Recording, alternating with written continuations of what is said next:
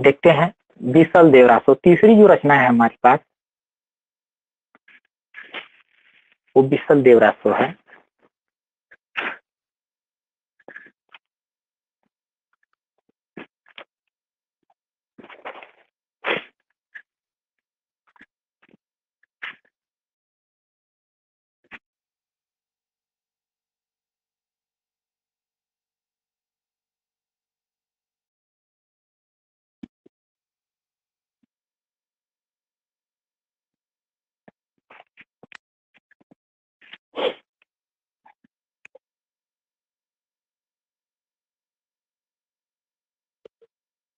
बिसल देवरासो।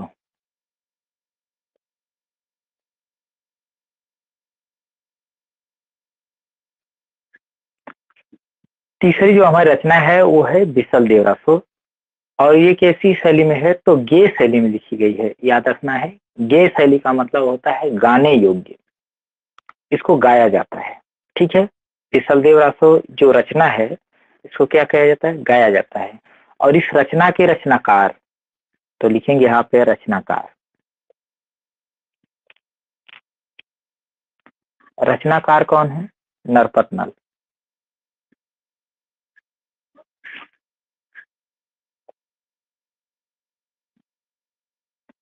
नरपत नल। तो इसके रचनाकार कौन है, नरपत नाल। रचना काल की अगर हम बात करें इसकी, तो ये इम्पोर्टेंस रचना है, इनके समय को आपको ध्यान रखना है। रचनाकार तो ध्यान रखना ही है, समय भी ध्यान देना है। संवत 1212। अच्छा, संवत 1212 को हम लिख सकते हैं 1135 ईस्वी। ओके, 1135 ईस्वी इसको लिखेंगे। ठीक है, और ये किसके अनुसार, तो शुक्ल जी के अनुसार। शुक्ल जी। शुक्ल जी के, हाँ शुक्ल जी के अनुसार 1135 ईस्वी होगा इसका समय। ईस्वी में हमने लिखा है। ठीक है, तो रचना काल हमारा हो गया 1135 ईस्वी, शुक्ल जी के अनुसार हो गया। और रचनाकार की अगर हम बात करें तो नरपत नाल। ठीक है, तीसरी रचना हम पढ़ रहे हैं बिसल देवरासो। ठीक है, और ये 1135 जो समय इन्होंने बताया है, ये किस आधार पर बताए हैं उसके लिए इन्होंने प्रमाण दिया है। ठीक है, तो यहाँ पे लिख लेंगे प्रमाण। प्रमाण स्वरूप एक पंक्ति लिखे हैं, उसी पंक्ति को हम लिखेंगे। उसी रचना में यानी बिसल देव रासो की जो बिसल देव रासो रचना है, उस रचना में एक पंक्ति दी गई है, और उसी आधार पर इसका समय उन्होंने क्या बताया, 1135 ईस्वी बताया है। ठीक है, तो देख लेते हैं वो पंक्ति क्या है, उसे आप लिखेंगे। हाँ सर, हमने तो 1155 पढ़ा है, 1155 आएगा भी घटाने पर 1212 से। अच्छा, 1155 आ रहा है।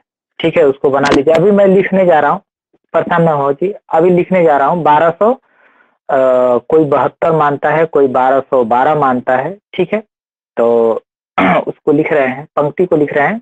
समय देख लेते हैं घटा करके कि 1255 आ रहा है, सॉरी 1155 आ रहा है कि 35 आ रहा है। हो सकता है आए भी, घटाए नहीं है, देखते हैं। ठीक है, तो देखिए पहले पंक्ति लिखिए, नीचे जो प्रमाण स्वरूप करके लिखे हैं ना, ये इसी में पंक्ति लिखिए, और उसके बाद देखते हैं कितना आता है। संवत 1200, ये लिखिए एक,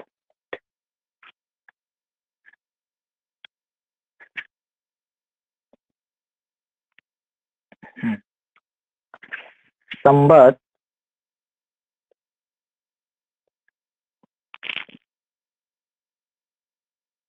1200, संवत 1272, संवत 1272 मझारी। मझारी।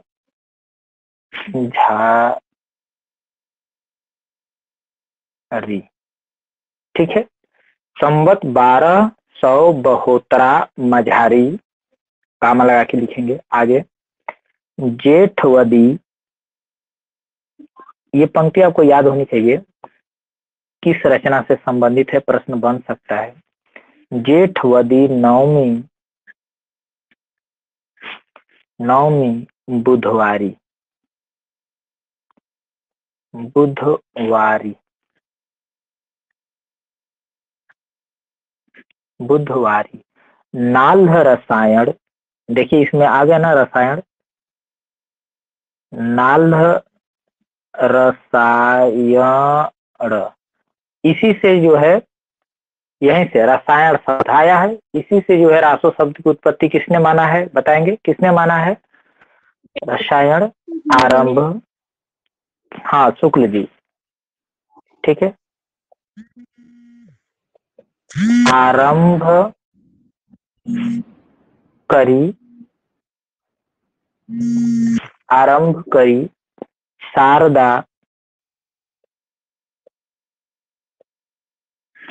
शारदा तुथी, तुथी ब्रह्म कुमारी,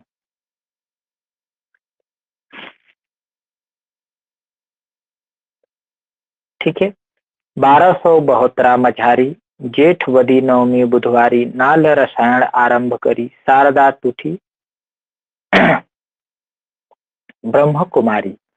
अच्छा, तो 1212 इसको माना जाता है कि 1212 जो है समय रहा है। रामचंद्र शुक्ल विक्रम संवत 1212 को एक्सेप्ट करते हैं। यहाँ चाहे तो ऐसे लिख सकते हैं, संवत को भी लिख सकते हैं।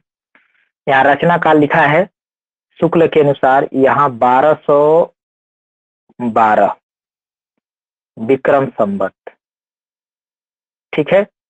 अब इसमें थोड़ा घटा लीजिए, 1212 में से घटाइए 57 वर्ष, कितना आ जाएगा। 1155। अच्छा 1155 ही आएगा, तो 1155 लिखेंगे, ठीक है। यहाँ 1155 कर लीजिए, तब यहाँ कट कर दीजिए, और यहाँ पे क्या लिखेंगे 55, 1155, ठीक है। 1212 विक्रम संवत शुक्ल ने माना है, तो संवत में देखें तो 1212 है, और ईस्वी में जब 57 वर्ष घटाएंगे तो क्या आ जाएगा, 1155 आ जाएगा, ठीक है। 11 कितना आ जाएगा 55, बिल्कुल सही है। आगे देखेंगे,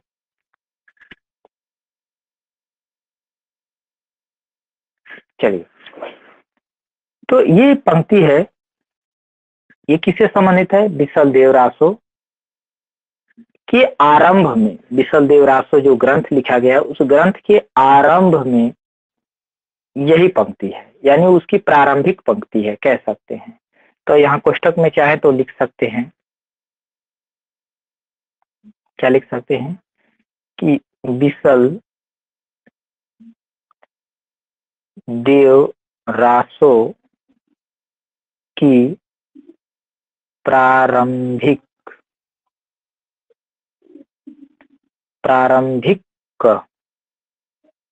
पंक्ति, प्रारंभिक पंक्ति, यानी विसल देव रासो की ये क्या है, प्रारंभिक पंक्ति है। कौन, संवत, संवत है, यहाँ बिंदी दे देंगे ऊपर। संवत 1272 मझारी, जेठवदी नवमी बुधवारी, नाल रसायन आरंभ करी शारदा तुठी ब्रह्म कुमारी। ये पंक्ति जो है किससे संबंधित है, प्रश्न बन सकता है। यह पंक्ति किस ग्रंथ को संबंध इंगित कर रही है, या इसमें समय जो है किसके संबंधित लिखा गया है, या किससे, किस ग्रंथ की है, तो आपको बताना है। प्रश्न कैसे भी बना सकता है, तो आप ये पंक्ति दे करके, तो इसका सीधा संबंध आपको याद रखे कि विसल देव रासो से है, ठीक है। आगे देखते हैं, नरोत्तम स्वामी ने भी इसका कुछ समय बताया है। जैसे नरोत्तम स्वामी इसको 1272 मान लेते हैं, 72 का मतलब जैसे शुक्ल जी 1212 मान लिए, तो उसी पंक्ति के आधार पर 1272 मान लिए कि कौन, तो नरोत्तम स्वामी ने, ठीक है। तो नीचे लिखेंगे, थोड़ा उसी के जस्ट नीचे लिखेंगे, नरोत्तम स्वामी, नरोत्तम स्वामी, नरोत्तम स्वामी ने 1272 का अर्थ 1272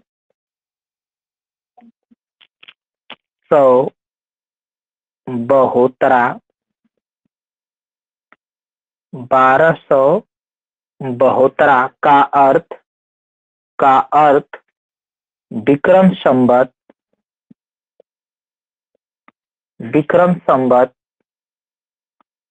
1272 ग्रहण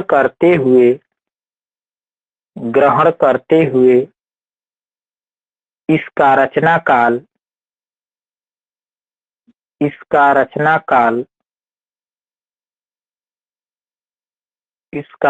काल अब इसमें से 57 वर्ष घटा लीजिए, कितना आएगा?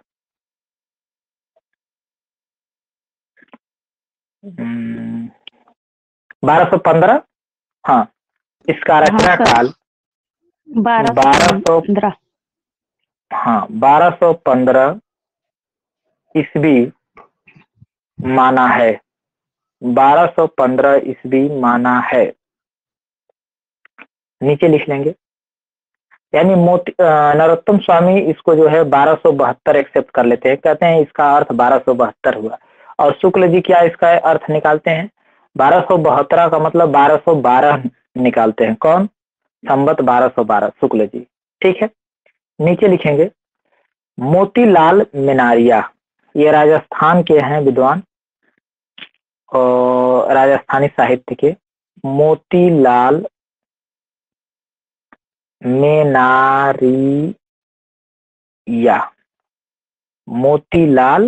मेनारिया ऐसे लिखेंगे। मोतीलाल मेनारिया ने इसका रचना काल 16वीं सदी माना है। 16वीं सदी माना है।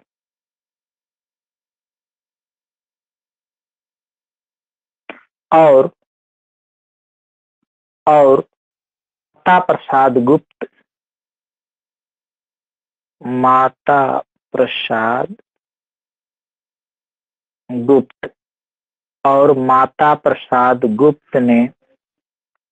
ने इसे 14वीं शताब्दी की रचना माना है या मानते हैं। ठीक है, आपको बस याद क्या करना है, 1272 एक नरोत्तम स्वामी का ध्यान दीजिएगा, एक शुक्ल जी का बस ध्यान दीजिए, बाकी ध्यान देने की जरूरत नहीं है। ठीक है, शुक्ल जी का ध्यान दीजिएगा कि विक्रम संवत 1212। ठीक है, और वही ऊपर मैंने लिखा भी है। ये तो बस समझने के लिए है कि विवाद है इसके समय में भी, आपको ये ध्यान रखना है, इसलिए नीचे लिख दिया गया है। ठीक है, आगे देखते हैं। और हजारी प्रसाद द्विवेदी इसको 11वीं शताब्दी की रचना मानते हैं। ठीक है, तो ये नीचे लिख लीजिए थोड़ा सा हजारी प्रसाद द्विवेदी वाला, क्योंकि इन्होंने एक पंक्ति उठा करके उसी रचना से एक पंक्ति उठा करके सामने प्रस्तुत किए हैं, यानी प्रमाण के रूप में। तो ये चीजें लिख लीजिए, ऊपर वाला याद रखिए चाहे ना रखिए। एक शुक्ल जी का, एक नरोत्तम स्वामी का, एक हजारी प्रसाद द्विवेदी का भी आप याद रखेंगे। लिखेंगे हजारी प्रसाद द्विवेदी ने, लाइन छोड़ करके लिखेंगे, हजारी प्रसाद द्विवेदी ने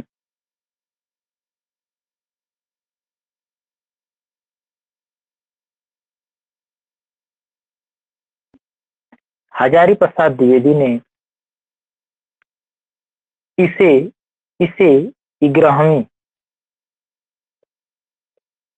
11वीं सदी की रचना माना है, 11वीं सदी की रचना माना है, तथा प्रमाण स्वरूप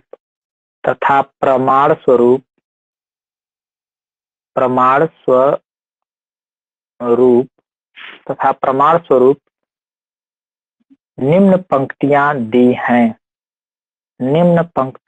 दी हैं। अब उस पंक्ति को देखेंगे आप कि संवत सहर्ष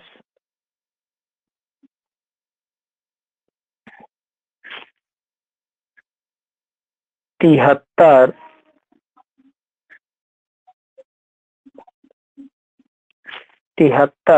जाड़ी जाड़ी, नाल्ह,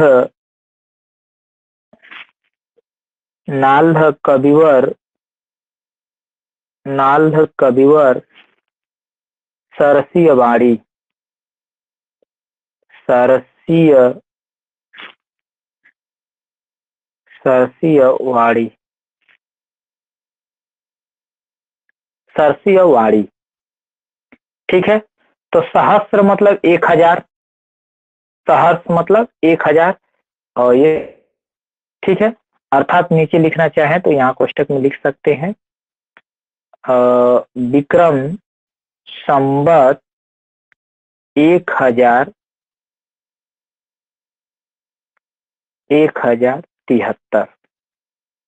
ठीक है, 1073, तो उसमें से 57 घटाएंगे तो वही ग्रामीण शताब्दी आएगी। ठीक है,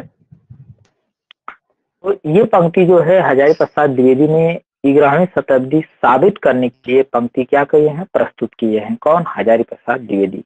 कि संवत सहस्र 73, ये र है, ठीक है, ये र इधर से बना लेंगे, तो सहर्ष 73 जाड़ी, नाल कविवर, सरसीय वाड़ी। ठीक है, इसी रचना के रचना को साबित करने के लिए यानी प्रमाण के रूप में इस पंक्ति को इन्होंने क्या किया है, लिखा है। ठीक है, इसके कथानक को देखते हैं। देखिए, समय आपको अगर याद हो जा रहा था ठीक है, अन्यथा शुक्ल जी वाला समय आप याद रखेंगे। ठीक है, शुक्ल जी का जो समय है 1155 ईस्वी, उसे आप याद रखेंगे।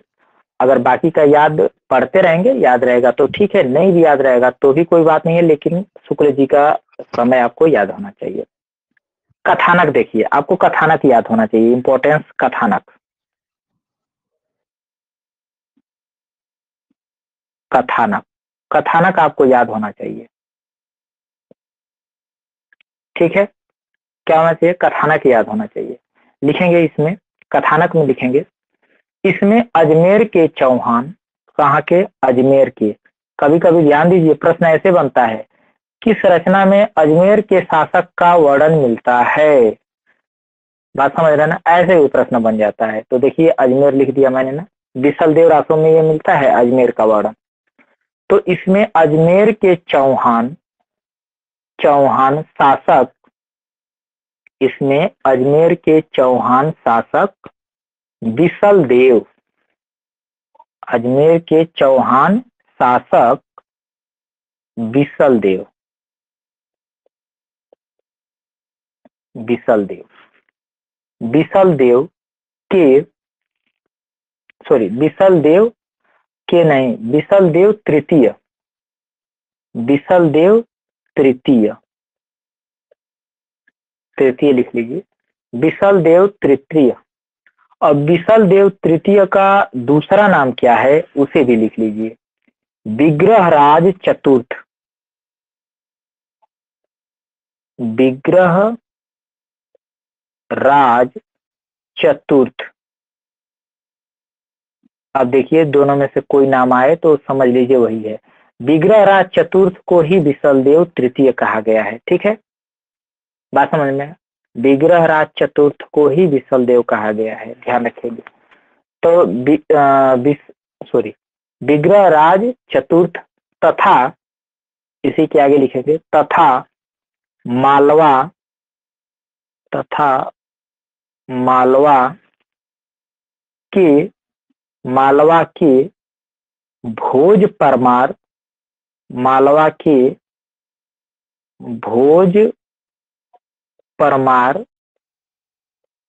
भोज परमार की पुत्री, की पुत्री, भोज परमार की पुत्री राजमती,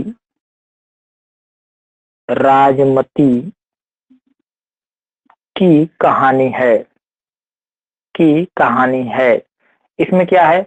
अजमेर के राजा बिसल देव तृतीय, जिसको विग्रह राज चतुर्थ कहा गया है, उसकी, और मालवा के राजा भोज, मालवा के राजा भोज परमार की पुत्री राजमती की क्या है? कहानी है। किसमें? बिसल देव रासों में।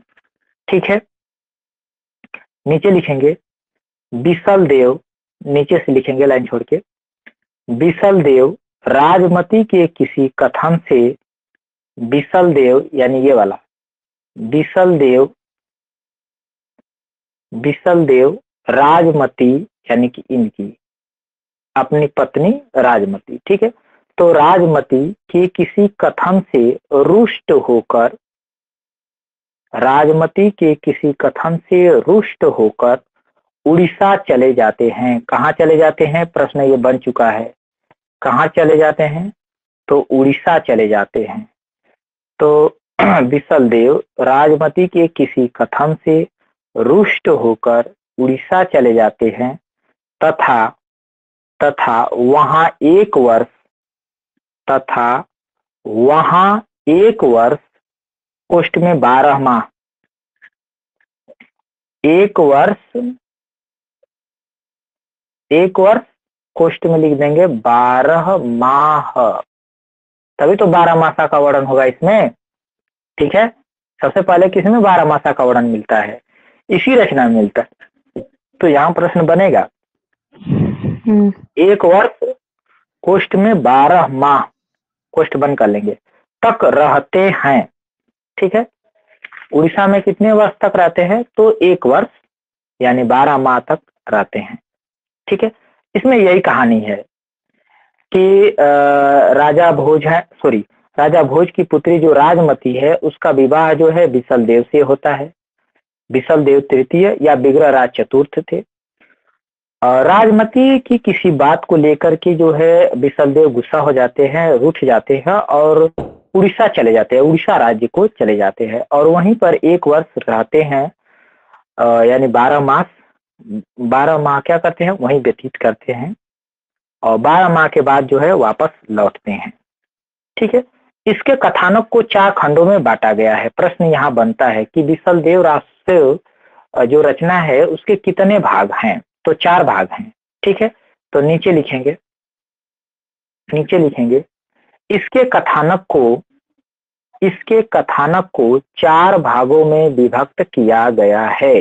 प्रश्न बनता है यहाँ पर कि बिसल देव रासो में कितने खंड हैं, तो आपको बताना है 4 खंड है, ठीक है। इसके कथानक को 4 भागों में विभक्त किया गया है, अर्थात बिसल देव रासो 4 खंडों में विभाजित है, ठीक है।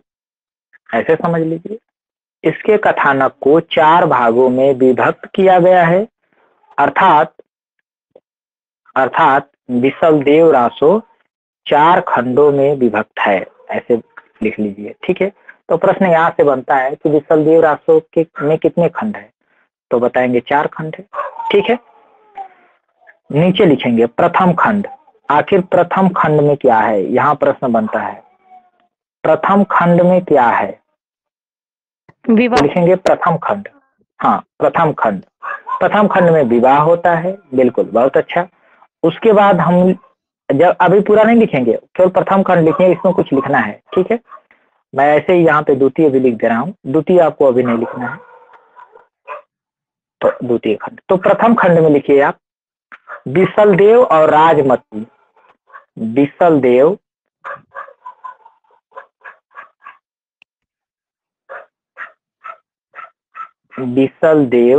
और राजमती, बिसल देव और राजमती के विवाह का वर्णन है। तो प्रथम खंड में क्या है, आपसे प्रश्न बनेगा प्रथम खंड में क्या है, तो बिसल देव और राजमती के विवाह का वर्णन है, ठीक है।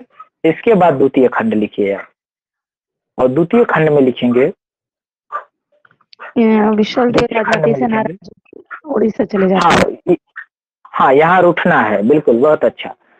तो लिखेंगे राजमती के किसी व्यंग से, लिखेंगे राजमती के किसी व्यंग से रुष्ट होकर लिख लीजिए, चाहे रूठ कर लिख लीजिए, दोनों बातें की। राजमती के किसी व्यंग से रुष्ट होकर बिसल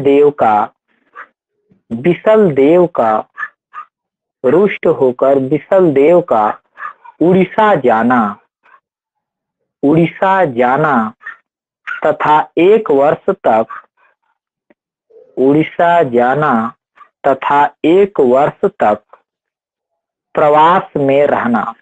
ठीक है, 1 वर्ष तक कहाँ रहना? प्रवास में रहना।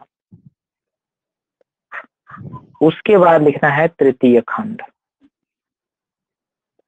वापस इसमें आपने लिख लिया। हाँ, इसमें द्वितीय खंड में आपने लिखा कि राजमती के किसी व्यंग से रुष्ट होकर विशल देव का उड़ीसा जाना तथा 1 वर्ष तक प्रवास में रहना। तृतीय खंड में क्या है उसे लिखिए। अब वो 1 वर्ष जब बीत जाता है तो राजा क्या करते हैं? फिर वापस आते हैं। ठीक है, तो उसको लिखेंगे कि तृतीय खंड। तृतीय खंड में वापस आते हैं अंत में। ठीक है, राजा जो है वापस आ जाते हैं। तृतीय खंड में लिखेंगे, तृतीय खंड में है क्या? राजमती के विरह का, राजमती के विरह का, तो लिखेंगे राजमती के विरह का 12 मासा, विरह का 12 मासा, विरह का 12 मासा पद्धति में, 12 मासा पद्धत में, पद्धत में वर्णन एवं 12 मासा पद्धत में वर्णन एवं विशल देव का, विशल देव का उड़ीसा से लौटना, उड़ीसा से लौटना। अब इसमें जो है जब उसके पति विशल देव जब उड़ीसा चले जाते हैं तो उनके वियोग में जो है इनका वियोग वर्णन होता है। इनके वियोग में क्या है? यहाँ वियोग वर्णन किया गया है और वियोग वर्णन जो है 12 मासा के रूप में हुआ है, यानी 1 मास, 2 मास, 3 मास, जैसे जैसे प्रत्येक मास, तो जैसे जैसे जो महीना आता है उस महीने के अनुसार जो है वियोग वर्णन किया गया है। ठीक है, तो 12 मासा पद्धति में जो है यहाँ पर वियोग वर्णन है और यह रचना वियोग वर्णन यानी 12 मासा पद्धति में लिखा गया पहली रचना मानी जाती है। ठीक है, तो प्रश्न यहाँ बनता है कि 12 मासा का सबसे पहले प्रयोग कहाँ मिलता है? तो 12 मासा का सबसे पहले प्रयोग जो है विशल देव रासों में ही मिलता है, याद रखना। उसके बाद चतुर्थ खंड, चतुर्थ खंड, चतुर्थ खंड में दिखेंगे। चतुर्थ खंड में क्या है? चौथा खंड यानी लास्ट वाला खंड में किसका वर्णन है? तो लिखेंगे भोज परमार, भोज परमार। भोज परमार कौन था बताएंगे? भोज परमार राजमती के पिता। हाँ, राजमती के पिता। तो भोज परमार द्वारा, द्वारा अपने पुत्री को, अपने पुत्री को, भोज परमार द्वारा अपने पुत्री को ले जाना, भोज परमार द्वारा अपने पुत्री, पुत्र, अपनी पुत्री कौन? राजमती ना, अपने पुत्री राजमती को ले जाना तथा विशल देव द्वारा, तथा विशल देव द्वारा उसे वापस लाने का वर्णन है, तथा विशल देव द्वारा उसे वापस लाने का वर्णन है। चतुर्थ खंड में होता क्या है? जब ये 12 महीने यानी 1 वर्ष हो जाता है तो भोज परमार को लगता है कि राजा वापस नहीं आएगा, तो वो जो है अपनी पुत्री को फिर क्या करता है? अपने घर लेके चला जाता है। कौन? भोज परमार। तो जब विशल देव वापस आते हैं तो फिर वो चले जाते हैं, पुनः उनको अपनी पत्नी को लेने वहां चले जाते हैं। तो यही वर्णन यहाँ पे किया गया है। तो विशल देव रासो 4 खंडों में विभाजित है, ये आपको ध्यान रखना है। प्रथम खंड में क्या है, द्वितीय खंड में क्या है, तृतीय खंड में क्या है, चतुर्थ खंड में क्या है। तो सबसे मोस्ट जो है, सबसे मोस्ट कौन सा खंड होगा बताएंगे? सबसे मोस्ट कौन सा खंड होगा? ये मोस्ट हो जाएगा तृतीय खंड। तृतीय खंड क्या होगा? मोस्ट होगा। क्यों? क्योंकि इसमें वियोग वर्णन है राजनीति का। ठीक है, 12 मासा पद्धति में लिखा गया। हाँ, इसीलिए क्या है? ये मोस्ट खंड है। ठीक है, आगे देखेंगे। नीचे लिखेंगे इस रचना की विशेषता क्या रही है। तो एक हेडिंग बनाएंगे, विशेषताएं। इस रचना में क्या ऐसा है कि जो जिसके कारण ये प्रसिद्ध है? तो ये चीजें हमको लिखना पड़ेगा। विशेषताएं, किसकी विशेषता है, इसी रचना की विशेषता क्या है, क्यों ये प्रसिद्ध है। ठीक है, तो पहली विशेषता लिखेंगे। पहली विशेषता तो ये है कि इसका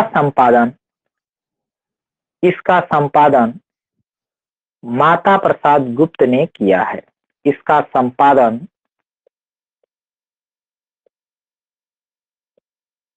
संपादन किसने किया, माता प्रसाद गुप्त ने। संपादन माता प्रसाद गुप्त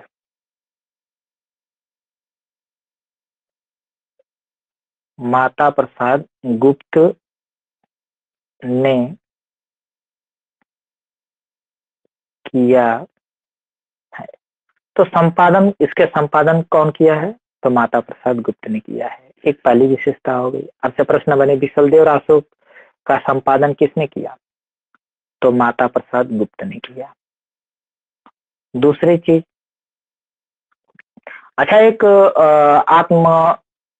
आत्मकथा लिखने वाले लेखक भी हैं, कोई माता प्रसाद करके कुछ है, बताएंगे। माता है, वो ना, वो दलित है। हाँ दलित हैं, बताएंगे माता। झोपड़ी के राजभवन। हाँ, झोपड़ी से राजभवन तक। हाँ, जी सर। वो झोपड़ी से शायद यूपी के विधानसभा अध्यक्ष भी रहे हैं। हाँ जीटी बिल्कुल, में वाला क्वेश्चन माता प्रसाद वाला। हाँ आ चुका है बिल्कुल। तो झोपड़ी से राजभवन तक याद रखना है। तो यहाँ क्या है, संपादन इसके माता प्रसाद गुप्त हैं। दूसरा लिखेंगे इसमें, कुल छंद सॉरी कुल छंद 128 है। 28 नहीं, पढ़े थे। कुल छंद 128 है। कोष्टक में लिखेंगे हस्तलिखित प्रति में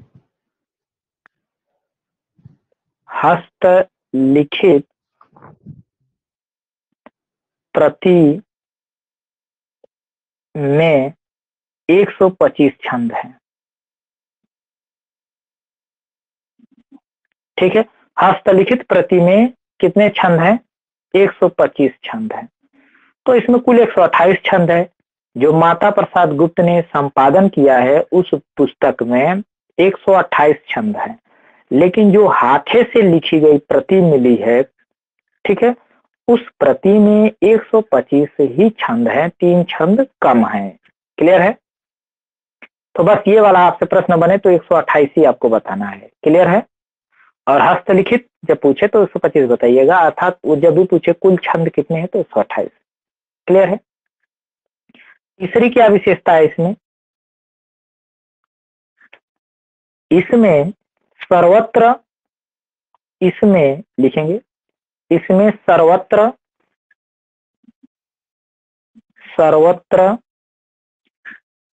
वर्तमान कालिक क्रियाओं का प्रयोग हुआ है। वर्तमान कालिक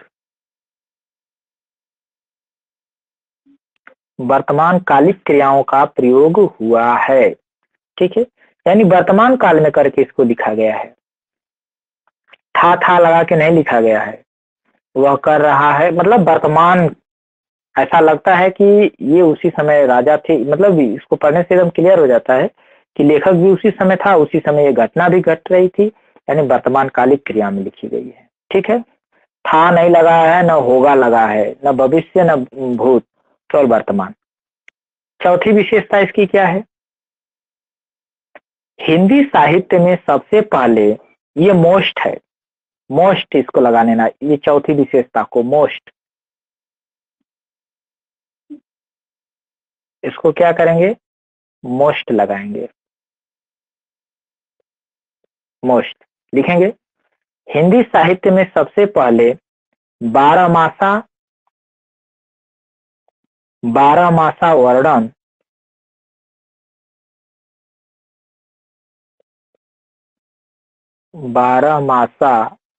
वर्णन बारहमासा वर्णन विसल देव रासों में ही मिलता है। बारहमासा वर्णन विसल देव रासों में ही मिलता है। इसको इन्वर्टेड कामा में ऐसे कर लेंगे। बारहमासा वर्णन विसल देव रासों में ही मिलता है। ठीक है। हिंदी साहित्य में सबसे पहले बारहमासा का वर्णन किस ग्रंथ में मिलता है? तो आपको बताना है विसल देव रासों में मिलता है। पांचवी विशेषता इसकी क्या है? वियोग श्रृंगार रस प्रधान है। इसमें इसमें ऐसे लिखेंगे, इसमें वियोग श्रृंगार, वियोग श्रृंगार, वियोग श्रृंगार रस प्रधान है। वियोग श्रृंगार रस प्रधान है, अर्थात इसमें प्रधान रस है, ऐसे लिख लीजिए, प्रधान रस है, कंफ्यूजन दूर हो जाएगा। यानी वियोग श्रृंगार रस है। ठीक है। अगर प्रश्न बने कि विसल देव रासों में कौन सा रस है प्रधान, तो अब वियोग श्रृंगार रस। अगर वियोग नहीं दिया है तो श्रृंगार रस ही बता देंगे। क्यों? क्योंकि श्रृंगार रस के ही तो दोनों भेद हैं, संयोग श्रृंगार रस, वियोग श्रृंगार रस। ठीक है। तो इसमें वियोग वाला प्रधान है, संयोग वाला नहीं है। छठा नंबर का देखेंगे जो विशेषता है छठे नंबर पर, भाषा मुख्यतया, इसकी भाषा कैसी है उसके बारे में। ये भी मोस्ट है, पांचवा भी मोस्ट है, चौथा मोस्ट, पांचवा मोस्ट और छठा भी मोस्ट है। तीनों मोस्ट हैं सीरियल नंबर से। छठे में लिखेंगे भाषा मुख्यतया, भाषा मुख्यतया, भाषा मुख्यतया राजस्थानी, राजस्थानी,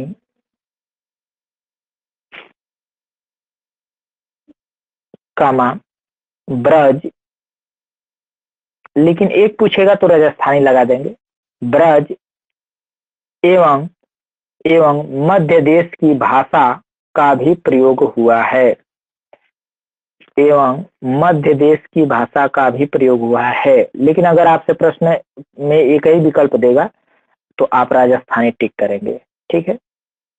राजस्थानी, राजस्थानी हिंदी है। सातवीं विशेषता देखिए, इसमें बारहमासा का प्रयोग, इसमें ये भी मोस्ट है, ये भी मोस्ट है, सातवां भी क्या है? मोस्ट ही है। इसमें बारहमासा का प्रयोग, बारहमासा का प्रयोग कार्तिक मास से होता है। कहां से होता है? कार्तिक मास से होता है, याद रखेंगे। कार्तिक के महीने से इसमें बारहमासा का वर्णन किस महीने से शुरू होता है? तो कार्तिक के महीने से शुरू होता है। ठीक है। कार्तिक मास से होता है। इसमें बारहमासा का प्रयोग कार्तिक मास से होता है। ठीक है। आठवां भी मोस्ट में आ सकता है। आठवां मोस्ट में क्या है कि यह एक विरह गीत काव्य है। यह एक विरह गीत काव्य है, विरह गीत काव्य है। ठीक है। यह एक क्या है? विरह गीत काव्य है तथा गेय शैली में लिखा गया है। तथा गेय शैली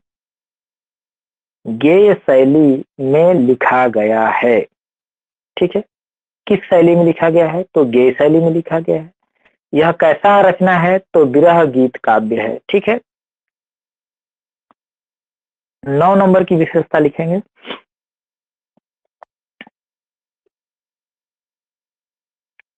ये इंपॉर्टेंस नहीं है, लिख लीजिए। इसमें विशेषतः 9 नंबर का कोई विशेष नहीं है, इम्पोर्टेंस नहीं है, लेकिन फिर भी लिख लीजिए। इसमें विशेषतः केदार राग का प्रयोग मिलता है। इसमें विशेषतः केदार राग का प्रयोग मिलता है।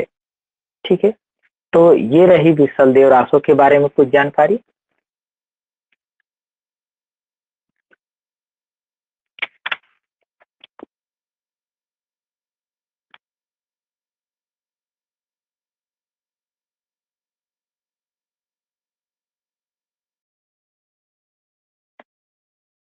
लिख लेंगे एक विसल देव रासों की प्रसिद्ध पंक्ति, एक पंक्ति है बड़ी अच्छी है, उसको लिख लीजिए।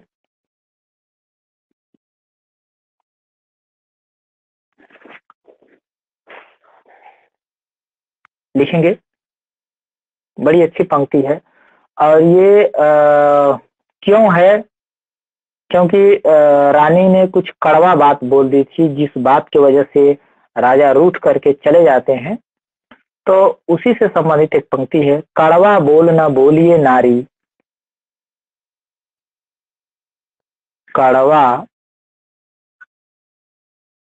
बोल न बोलिए, बोलिए नारी, बोलिए नारी खड़ी पाई। तू मो मेलहसी, तू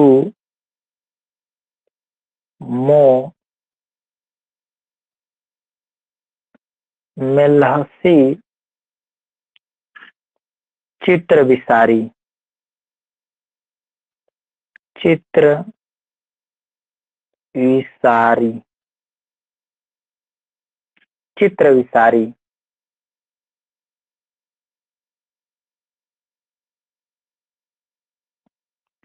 चित्र विसारी। जीभ न, जीभ न जीभ वियोगनो,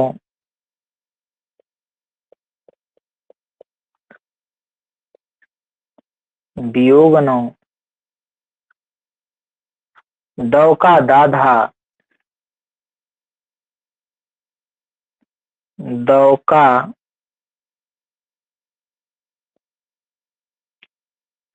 दाधा कुपली,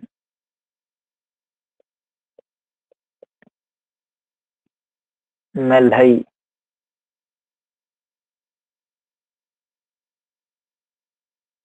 मेलहई, ठीक है। जीभ न जीभ वियोगनो दौका दाधा कुपली मेलहई।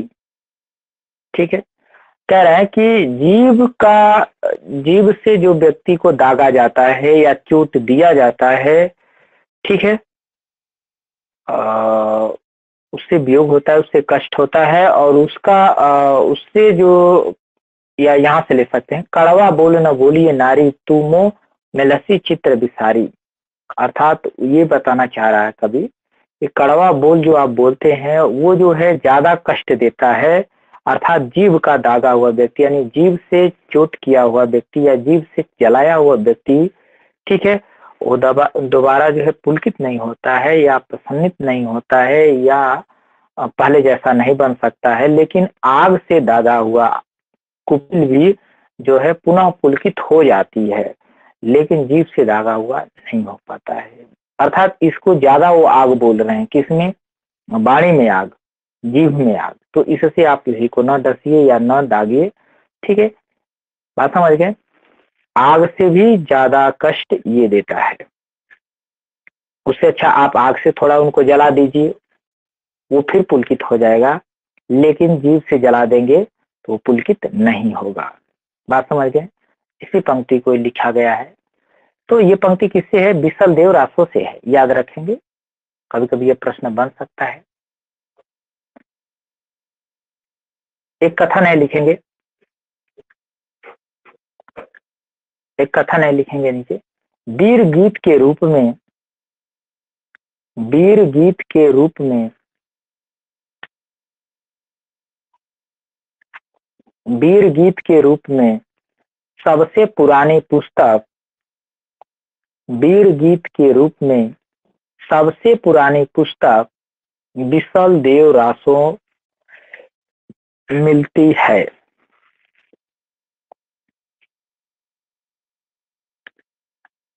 वीर गीत के रूप में सबसे पुरानी पुस्तक विसल देव रासो में मिलती है। सॉरी, विसल देव रासो मिलती है, में लगाने की जरूरत नहीं, विसल देव रासो मिलती है। यह कथन किसका है?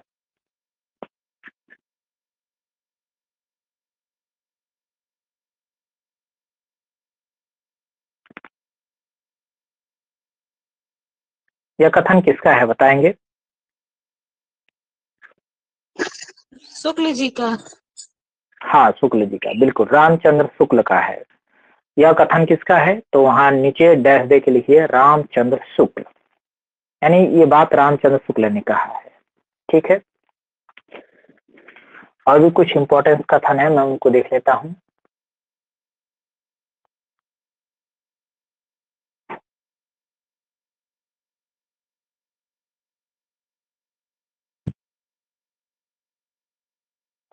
हाँ, एक और लिखेंगे कथन है,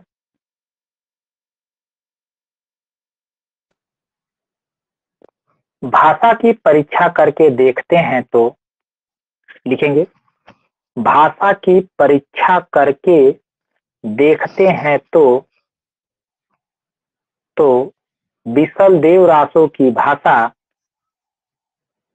विसल देव रासो की भाषा साहित्यिक नहीं राजस्थानी है। साहित्यिक नहीं राजस्थानी है।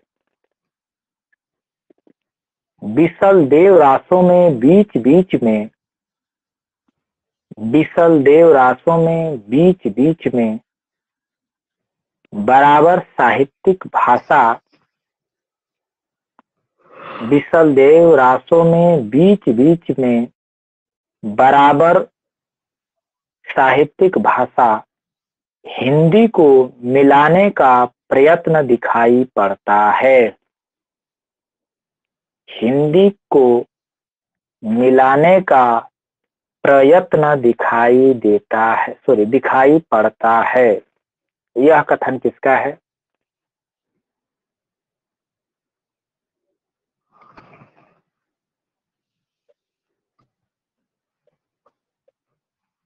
यह कथन किसका?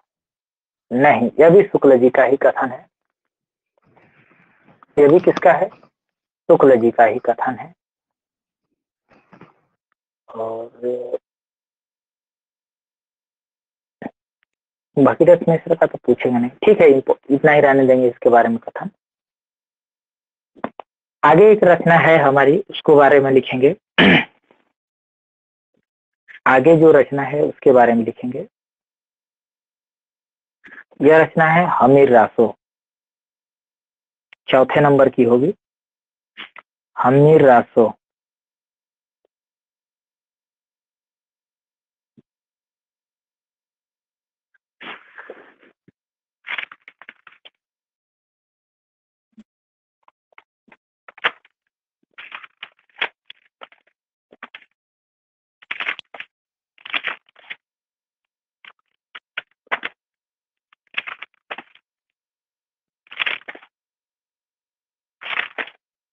इसको तो हमीर रासो को चाह रहा था अब भ्रंश साहित्य में लिखवा देने के लिए, लेकिन एक मिनट रुके रहेंगे, क्योंकि ये अभ्रंश भाषा की रचना है।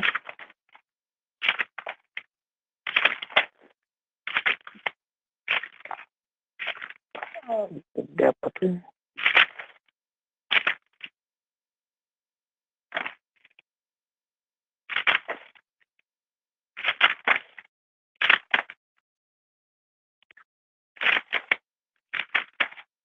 चलिए वहां भी लिख लिया जाए हमीर रासो। ठीक है, यहाँ कोष्टक में इसको लिख लीजिए कि उपलब्ध नहीं है। ये रचना मिली नहीं है, ठीक है। कोष्टक में यहीं इसी के जस्ट आगे यहीं पे कोष्टक में लिख लीजिए उपलब्ध नहीं है। ये जो है रचना उपलब्ध नहीं है, ठीक है। ये बस इसका उल्लेख मिलता है और बताएंगे कि इसका उल्लेख कहाँ मिलता है। हमें रासों का उल्लेख मिलता है और हमें रासों का हाँ बिल्कुल, बहुत अच्छा। प्राकृत पैंगलम में मिलता है, ठीक। प्राकृत पैंगलम और प्राकृत पैंगलम के जो रचना है उसके संकलनकर्ता कौन है, बताएंगे उसके संकलनकर्ता कौन है। तो लक्ष्मीधर। हाँ बिल्कुल, गुड, बहुत अच्छा। चलिए इसके नीचे लिखेंगे रचनाकार।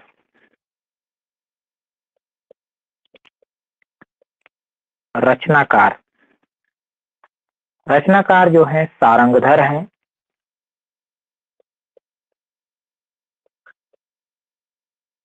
सारंगधर हैं। रचना काल इसका है, रचना काल है 1357 ईस्वी कर सकते हैं, ठीक है। तो यह रचना उपलब्ध नहीं है। यह रचना क्या है, उपलब्ध नहीं है, याद रखना। लिखिए नीचे, नीचे लिखेंगे कि रामचंद्र शुक्ल को, रामचंद्र शुक्ल को प्राकृत पैंगलम, प्राकृत पैंगलम, प्राकृत पैंगलम, प्राकृत पैंगलम में हमीर रासों से संबंधित, प्राकृत पैंगलम में हमीर रासों से संबंधित, हमीर रासों से संबंधित 23 छंद मिले, 23 छंद मिले, 23 छंद मिले थे, जिनके आधार पर, जिनके आधार पर उन्होंने, जिनके आधार पर उन्होंने इसके इसके इसके अस्तित्व, अस्तित्व,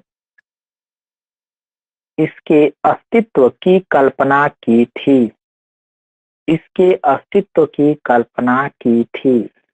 तो ये याद रखना, ठीक है, कि रामचंद्र शुक्ल को प्राकृत पैंगलम में हमीर रासों से संबंधित 23 छंद मिले थे और उसी 23 छंद को पढ़ करके उन्होंने कल्पना किया कि हमीर रासो नाम से कोई ग्रंथ था जिसका 23 छंद यहाँ मिल रहे हैं, ठीक है।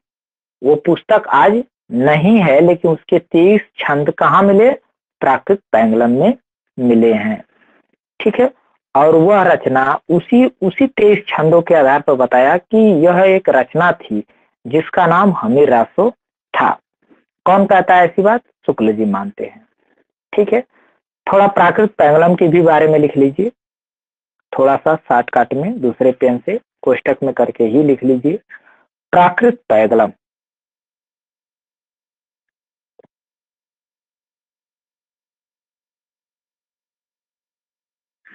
प्राकृत पैंगलम, प्राकृत पैंगलम में कुछ कवियों की जो है रचनाएं हैं, सॉरी पंक्तियां हैं, कुछ कवियों की जो है रचनाओं की पंक्तियां यहाँ पे मिल सकती है या उनके पदों का संग्रह कर सकते हैं, ठीक है।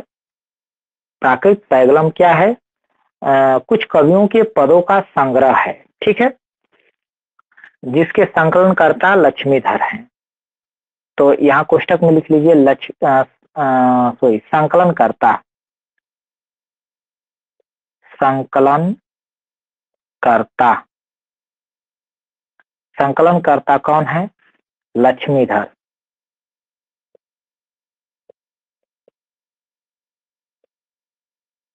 तो संकलनकर्ता लक्ष्मीधर। तो प्राकृत पैंगलम में किनके जो है किन किन कवियों का किन किन कवियों के पदों का संग्रह है, उनका नाम लिखना है। पहला लिखना है सारंगधर का, क्योंकि सारंगधर का है तभी तो हम हमें रासो पढ़ रहे हैं। सर जल्हड़ नहीं है, जल्हड़ नहीं है। सारंगधर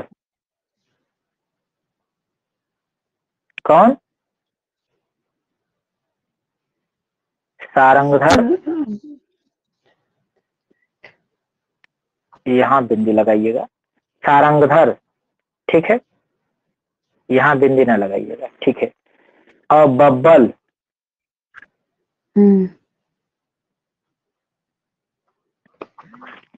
बब्बल, जज्जल, जज्जल कहना था, जल्हड़ कह दिया। जल्हड़ नहीं, जज्जल। हाँ सर, जज्जल ही। और विद्याधर, सॉरी,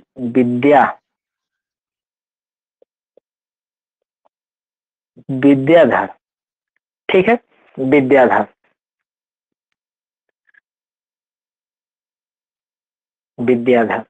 और ऐसे कर लीजिए इसको, अगर जगह हो तो ठीक है, ऐसे कर लीजिए, कोष्टक का चिन्ह लगाइए और जहां ये नोकीला है वहीं भाग में लिख लीजिए पीछे।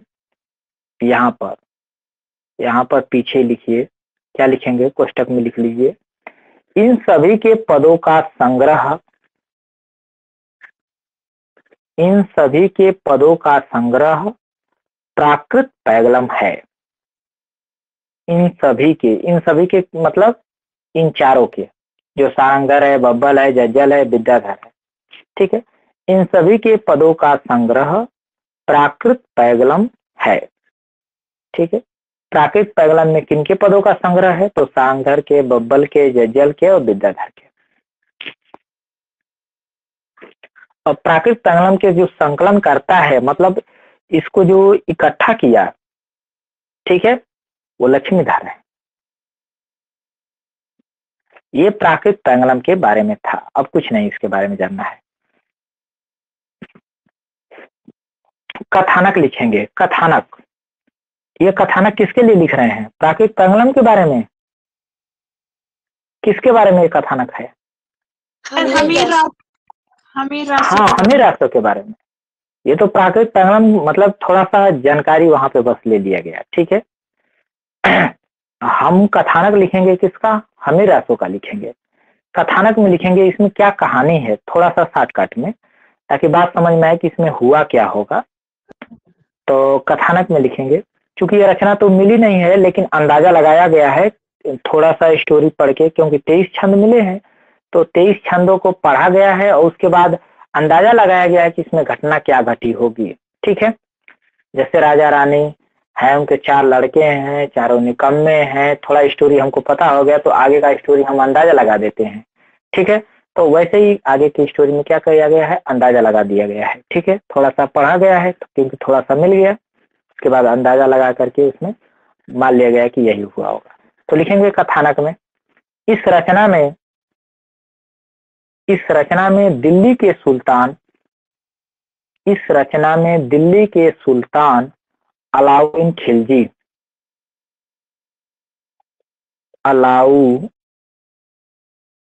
अलाउद्दीन खिलजी, अलाउद्दीन खिलजी, अलाउद्दीन खिलजी, खिलजी के मना करने के बाद भी, के मना करने के बाद भी, मना करने के बाद भी, खिलजी ऐसे लिख देंगे, गलत हो रहा है, ऐसे, खिलजी मना करने के बाद भी रणथंभौर, रणथंभौर, रणथंभौर मना करने के बाद भी रणथंभौर के शासक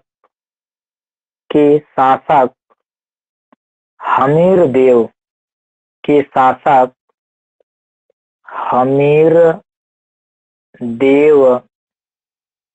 हमीरदेव चौहान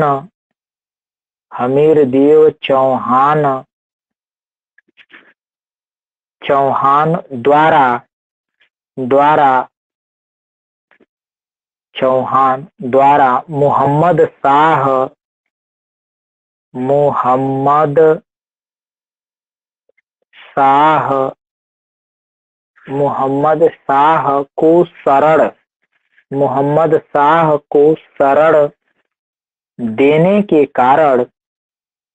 मोहम्मद शाह को शरण देने के कारण हुए युद्ध का चित्रण है। लड़ाई हो गई, युद्ध का चित्रण है। साथ ही पुत्री देवल